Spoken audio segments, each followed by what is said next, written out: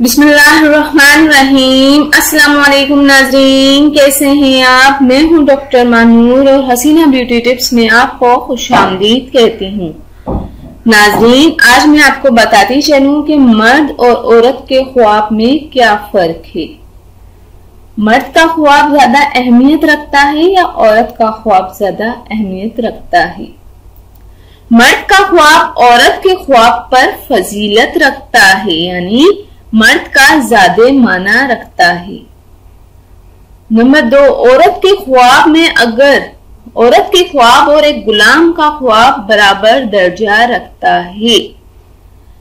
मुफ्ती, काजी, आलम और फकीर का ख्वाब भी अवाम के ख्वाब से ज्यादा दुरुस्त होता है।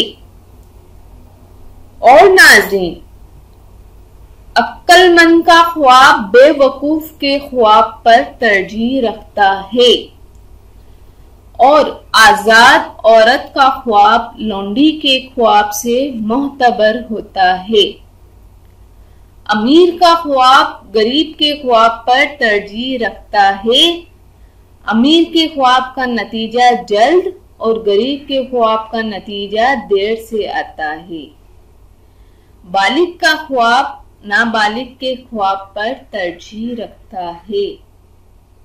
तो नाजरीन, ये ख्वाब किसके ज्यादा सच्चे और खरे होते हैं, ये मैंने आपको बता दिया कि जो औरत का ख्वाब होता है वो मर्द के ख्वाब से नीचे ही होता है। मतलब मर्द का जो ख्वाब होता है वो पहले सच हो जाता है। फोकियत मर्द का ख्वाब ज्यादा रखता है।